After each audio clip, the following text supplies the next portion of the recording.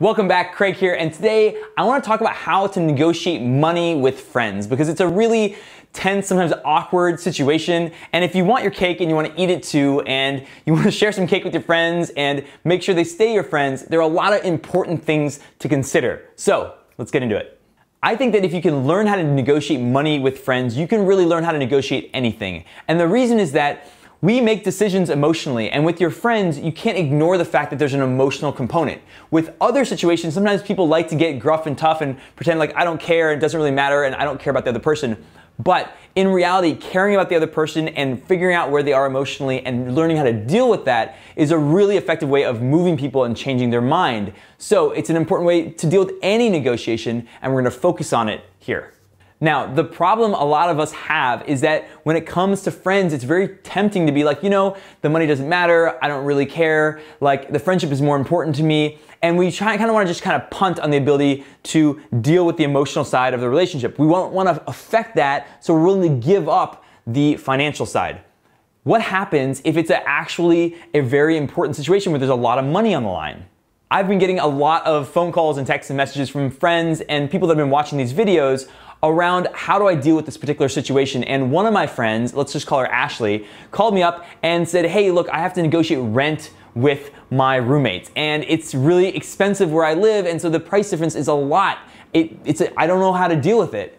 And she was having a lot of problems kind of figuring out how to deal with the conversation. So what had happened is that there was this situation where they had to figure something out, and her roommates had gone and found a calculator online, and the calculator had all kinds of questions and surveys about like how big are the rooms, do you have a bathroom, how big is the living area, and they had calculated, okay, well this should be the difference in price, and the difference in price was huge. It was $600. Now here in SF, prices are absolutely crazy for rent, and so they wanted her to pay $2,000 for her share of the rent and $1,400 for them. Now, Ashley thought this was absolutely crazy, and she got a little upset about it because it seemed really unfair to her. Now, I looked at this calculator and it was actually pretty good. I mean, they had gone and done surveys of other people about what parts of the room did they find, more valuable than other parts of the living situation, stuff like that.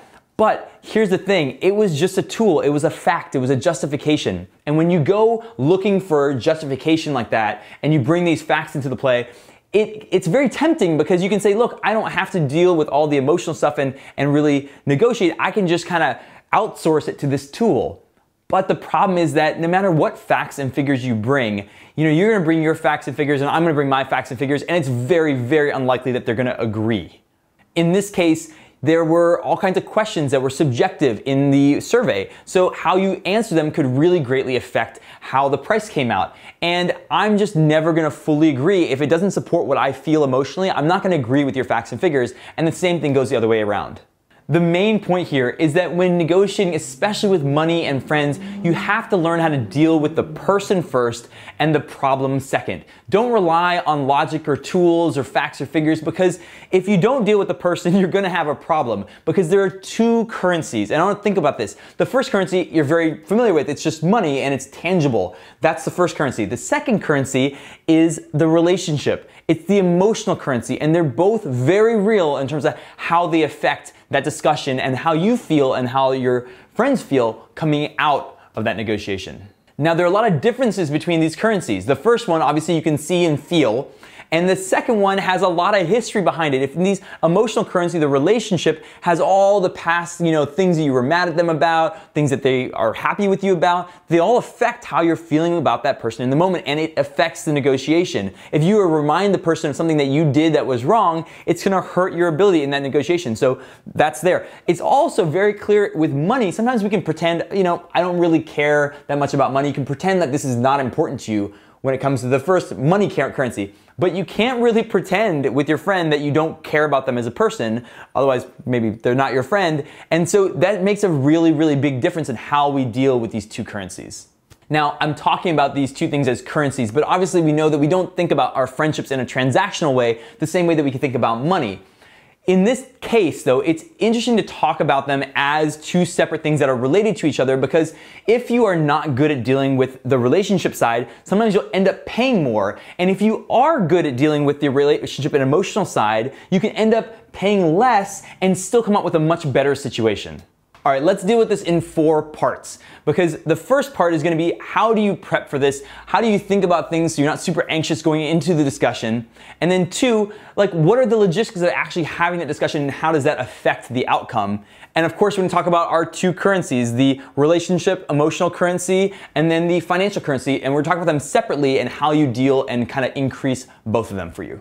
All right, let's talk about the prep phase. So first, you have to choose what you want on the financial side. Now, in some negotiations, you can go in thinking like, okay, I'm gonna see where they are and kind of extract the most I can get. But these 2 currencies are affecting each other. And so you kind of want to go in there with somewhat of an idea of what your reserve number is. Like in this particular case, Ashley, they had come at her with $2,000. She thought it was way too much. And she said, all I can pay is $1,800. So that was what she wanted to hit. That was her goal. The second part is to think about your relationship goal. Like, how do you want them to feel coming out of the relationship? Perhaps you want them to know that they can still trust you and that you're going to treat things like this with respect. Or you want them to be reminded of the fact that you are a good friend to them. These things are just as important and just as real, and the better you are at dealing with and establishing what these kind of intangible goals are, well, the more you're going to affect the more tangible goal of how much money you have to spend.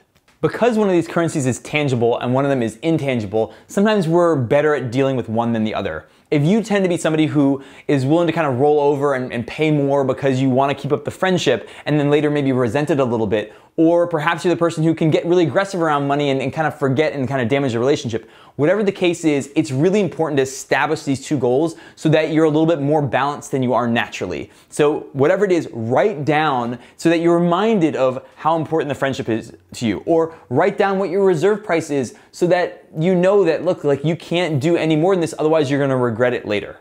The last part is learning to deal with your own emotions. Now, this is a kind of a big topic, but your own emotions are going to come up in this, and the more you are having to deal with your own anxiety and anger around anything, the less you're going to be able to deal with the emotional side of the relationship. So I think it's a good thing to just actually acknowledge, okay, I'm feeling anxious, I'm feeling angry, I'm feeling upset. Write these things down about how you're feeling getting into the discussion, so at least you're getting used to acknowledging where you are and how that's affecting how you're coming across.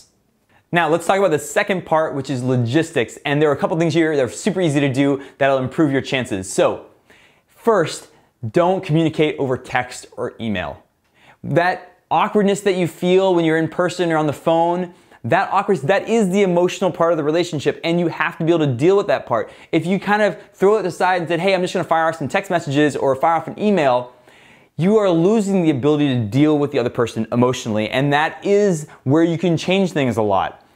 If you start to do stuff over text, think about how many times you send a text and it is misinterpreted in some way, shape, or form. That's going to be even more true when people get anxious and emotional over money. So don't do text. Try to find a time when you can meet in person. On the phone is okay. It's okay. I mean, it's not as good as in person, but you also have the ability to have maybe a piece of paper in front of you if that makes you feel better. In person is definitely the best because you have the ability to kind of help out the relationship and make sure the other person knows that you value this emotional currency and that you're not just talking numbers. Timing is also really important. Choose a time when you guys are relaxed and your feelings about the relationship that you have with this friend are elevated. Maybe you've gone out to dinner and you've had a relaxed evening and you have plenty of time to talk. But you can also kind of tip the scales in your favor by doing something nice for the other person. You can, in Ashley's case, clean up the house or take out the trash or whatever it is. Remind them of the relationship that you have. It's a nice thing to do, and it'll affect the emotional currency of the relationship in a positive way. Okay, let's talk about part 3, which is how do you deal with this emotional currency of the relationship? How can you increase your emotional currency so that eventually you can kind of decrease what you're gonna pay? The first thing is caretaking statements, and I've talked about this in a video before. I'll link to it over here, but caretaking statements are things that make the person feel good about you, things that remind them of the relationship that you have. It's always better to have specific and personal things. So in Ashley's case, she could say, I value you guys as roommates. I really want this to work out. And the things that you guys do around clean up the house and like taking out the trash and having this area be really nice and neat without any of us having to ask, it's super valuable to me, and I really, really appreciate it. Specific, personal, and it reminds them that they have a relationship. Bringing these things into the discussion and having them in your back pocket before you go into the discussion so that you're reminded of the relationship and you can bring it up helps you remove some of the tension that you're gonna feel naturally when you start talking about money. Avoiding the F word is also really important to make sure you don't get their emotions riled up. Now, the F word in negotiations is fair. Why? Because when you talk about fair, often you're implying that the other person is not being fair. Talking about fairness is a really contentious thing because what I think is fair and what you think are fair are probably different things. So try to avoid that word altogether and instead take things from their perspective. If I say something like, look, I want to come to something that makes this work for you. Like, I want this to work for you. If I say that, I'm giving them assurance that I am taking care of them, and then they will feel less defensive. Tone is always really important as well. So tone can be the tone of the conversation, but it can also be the tone of your voice. If you start, getting really whiny and tense and really talking up here and just kind of getting defensive, it's much, much more anxiety producing for the other person than if you slow things down.